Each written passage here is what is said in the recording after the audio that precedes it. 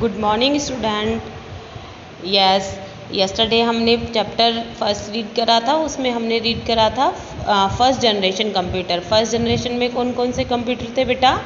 Mark 1, ENIAC, EDSAC, EDVAC and UNIVAC, first universal automatic computer. उसकी हमने limitations और first generation में कैसे कंप्यूटर्स थे वो सारा रीड करा था। अब आज हम नेक्स्ट करेंगे second generation. Yes, second generation of computer 1959 1964। yes, the following were the characteristics of the second generation of computers। Second generation की क्या कैरेक्टरिस्टिक्स थी? देखिए, जो फर्स्ट जनरेशन में क्या था, बहुत सारे वैक्यूम ट्यूब्स को एक पार्ट में यूज़ करके उसको बनाया गया था, लेकिन उससे वैक्यूम से क्या हो रहा था, बहुत सारी हीट निकल रही थी, जिससे हम वहाँ पर वो सिस्टम बहुत जल्दी से हीट होकर वर्क प्रॉपर नहीं कर रहे थे। वो बहुत साइज़ में बहुत बड़े थे, उनको रखने के लिए भी बहुत ज़्यादा स्पेस चाहिए था, उनकी मेमोरी स्टोरेज कम थी, तो ये सारी प्रॉब्लम्स थी। अब फर्स्ट जनरेशन में जो प्रॉब्लम आई उनको आगे किया गया उन सिस्टम्स को अपग्रेड किया गया। तो कौन सी जनरेशन बनी? Second generation. सेकंड जनरेशन का टाइम पीरियड क्या था? 1959 to 1964। यस, सेकंड जनरेशन में दे यूज ट्रांजिस्टर। अब देखिए, फर्स्ट जनरेशन में हमने क्या यूज़ करे थे? वैक्यूम ट्यूब, और अब इसमें हमने क्या यूज़ कर दिए? ट्रांजिस्टर यूज़ कर दिए। They were smaller, faster, cheaper and more efficient than the first generation computers. देखिए, ये साइज़ में उनसे क्या हुए? स्मॉल हुए। मैंने क्या बोला कि फर्स्ट जनरेशन में जो प्रॉब्लम्स थी उनको अपग्रेड करके क्या कर दिया, सेकंड जनरेशन में कम कर दिया गया, तो उसका साइज स्मॉलर हो गया, उसकी स्पीड थोड़ी सी बढ़ गई और वो थोड़े महंगे हो गए। ओके, एंड मोर इफिशिएंट, और वो क्या करने लगे, जो डाटा हम उसे देते थे वर्क इफिशिएंटली करते थे। ये सेकंड जनरेशन में हुआ था। They contain all the components that you associate with modern day computers, printer, storage capacity, disk storage, operating system etcetera. अब देखिए, फर्स्ट जनरेशन में हमने इनपुट डिवाइस यूज़ करे थे, लेकिन उनके अलावा हमने प्रिंटर यूज़ नहीं करा था। वहाँ पर मेमोरी स्पेस के लिए भी बहुत कम स्टोरेज था, तो इसमें क्या यूज़ कर दिया गया? प्रिंटर यूज़ कर दिया। एक्सटर्नल डिवाइस में स्टोरेज कैपेसिटी को बढ़ा दिया गया, डिस्क स्टोरेज रख दिया गया, ऑपरेटिंग सिस्टम लगा दिया गया। तो ये सारे क्या हुए इसमें? फर्स्ट जनरेशन में जो नहीं था वो उसको सेकंड जनरेशन में अपग्रेड कर दिया। yes, the programming language like COBOL and Fortran come into use at this time। Yes, अभी फर्स्ट जनरेशन में हमने लैंग्वेज यूज़ नहीं करा था, वहाँ पर मशीन लैंग्वेज में ही वर्क कर रहा था वो 0 और 1 की फॉर्म में। और अब यहाँ पर कौन सी लैंग्वेज यूज़ कर दी हमने? कोबाल और फोर्टन यूज़ कर दिया। ये एक मशीन लैंग्वेज की जैसी नहीं होती है, लेकिन इसको अंडरस्टैंड ह्यूमन भी कर सकता है। यस, IBM, अब इसके एग्जांपल्स देखिए, IBM 1401 and RCA 501 are example of second generation computer. ये दोनों क्या हैं? इस जनरेशन के कंप्यूटर्स के एग्जाम्पल्स हैं। यस, अब देखिए, मैं रिकॉल करवाती हूँ। फर्स्ट जनरेशन में हमने वैक्यूम ट्यूब यूज़ करा था, सेकंड जनरेशन में हमने ट्रांजिस्टर यूज़ कर लिया। फर्स्ट जनरेशन के कंप्यूटर्स की मेमोरी कम होती थी, सेकंड जनरेशन में ज़्यादा होने लगी, क्योंकि उसमें हार्ड डिस्क ड्राइव्स ये सारे यूज़ कर दिया। फर्स्ट जनरेशन में ऑपरेटिंग सिस्टम नहीं था, सेकंड जनरेशन में ऑपरेटिंग सिस्टम यूज़ कर दिया। फर्स्ट जनरेशन में हमने एक्सटर्नल डिवाइस जैसे प्रिंटर और ये सब यूज़ नहीं करे थे, तो वहाँ पर सेकंड जनरेशन में हमने यूज़ कर दिया। अब देखिए थर्ड जनरेशन। अब थर्ड जनरेशन में भी क्या होगा? जो सेकंड जनरेशन में प्रॉब्लम आ रही थी उसको अपग्रेड करके थर्ड जनरेशन बनाया गया। अब थर्ड जनरेशन का टाइम पीरियड क्या था? 1964 to 1970। Okay, yes, the following were the feature of the third generation of computers. अब थर्ड जनरेशन के क्या फीचर्स थे ये रीड करेंगे। They use integrated circuit ICs properly now as chip for the first time. अभी देखिए, जो हमने फर्स्ट जनरेशन में वैक्यूम ट्यूब को रिप्लेस करके ट्रांजिस्टर को यूज़ कर दिया, ट्रांजिस्टर को रिप्लेस करके अब यहाँ पर हमने क्या यूज़ कर दिया? ICs, integrated circuit. They were smaller in size as compared to the second generation of computer।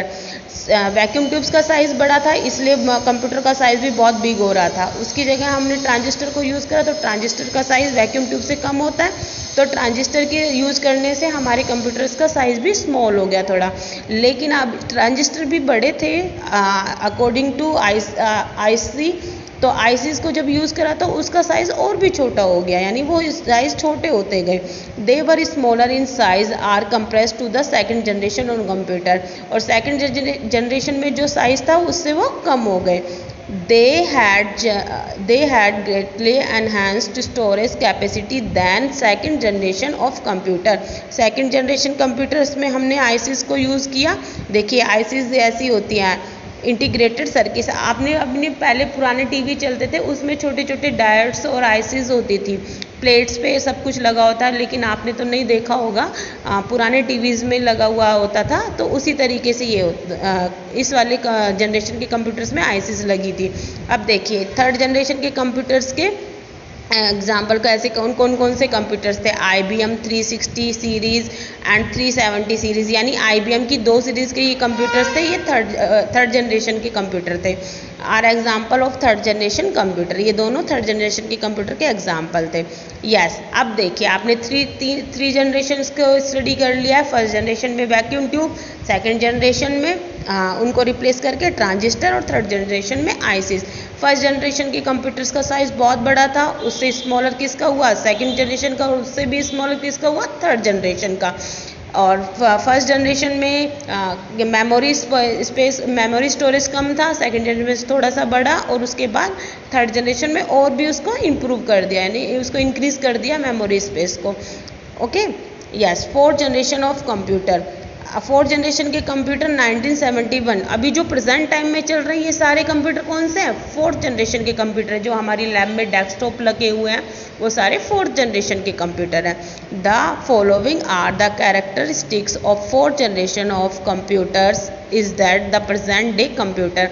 अभी जो अभी प्रेजेंट में जो कंप्यूटर्स चल रहे हैं वो फोर्थ जनरेशन के कंप्यूटर्स ही हैं, और अब उनकी हम कैरेक्टरिस्टिक्स को रीड करेंगे।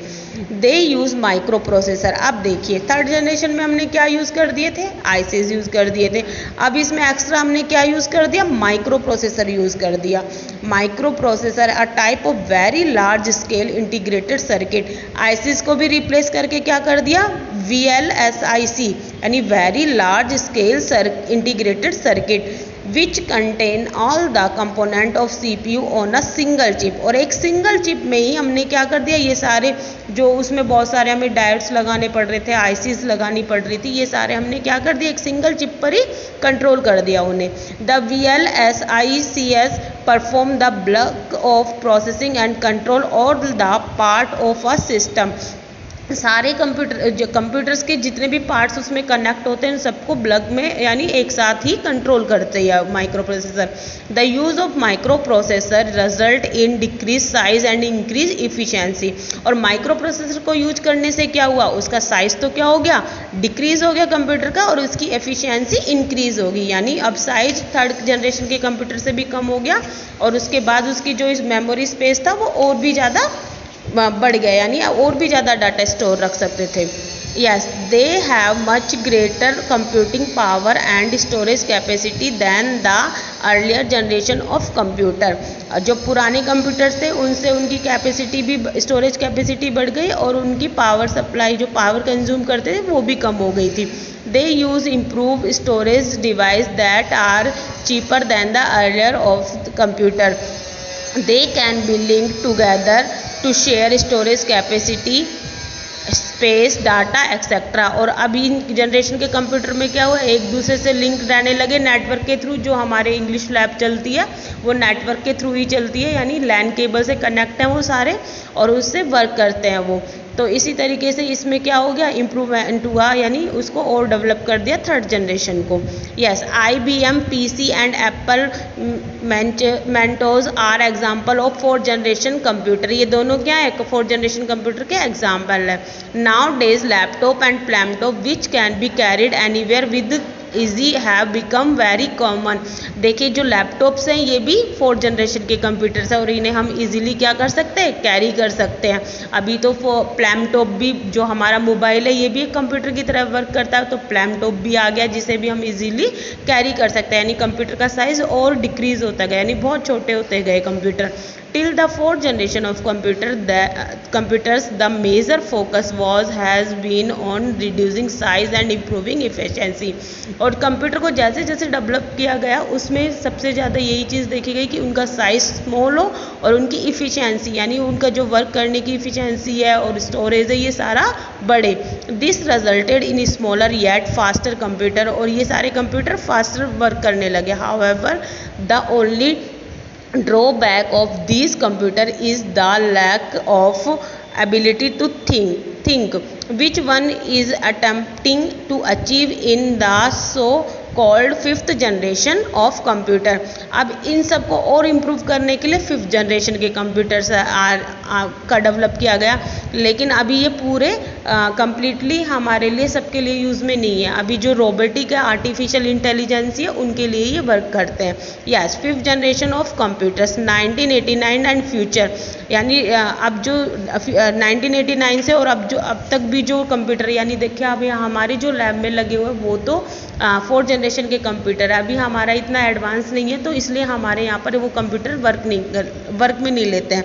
उनको तो साइंटिस्ट वर्क में लेते हैं, जैसे कहीं रिसर्च चल रहे हैं वहाँ पर उन सब कंप्यूटर्स को वर्क में लेते हैं।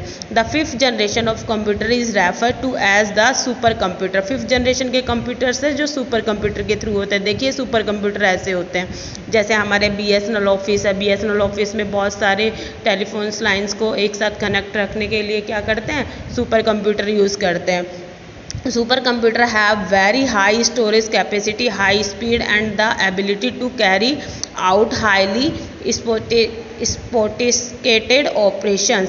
The Cray 1 series is an example of computer, और ये इसके 5th जनरेशन का एग्जाम्पल है। ओके बेटा, 5th generation of computer also involves artificial intelligence. मैंने आपको बताया था आर्टिफिशियल इंटेलिजेंसी में ये वर्क कर रहा है। Artificial intelligence is a branch of computer science that aims the create computers that can be think. Artificial intelligence का एम क्या है, जो कंप्यूटर है वो अपने आप थिंक करे, यानी उसके जो मैंने आपको बताया कंप्यूटर की अपनी कोई सोचने की शक्ति नहीं होती है, उसे हम जो इंस्ट्रक्ट करते हैं वो उसी पर ही वर्क करता है। तो 5th जनरेशन के कंप्यूटर्स में ये डेवलप किया जा रहा है कि वो अपने आप थिंकिंग करे, अपने आप वर्क करे। ओके, यानी उसको इंस्ट्रक्ट करने के लिए किसी यूज़र की ज़रूरत ना हो। Yes, think, behave and react the same way as human, और वो बिल्कुल ह्यूमन की तरह वर्क करे। The 5th generation of computer are expected to overcome the lack of thinking power in the earlier generation.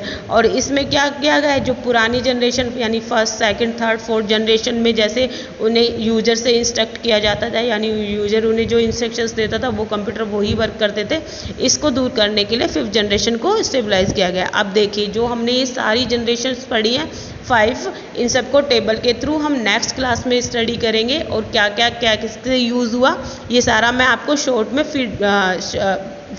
में बताऊंगी, और आप कल रेडी रहना। ओके बेटा, थैंक यू।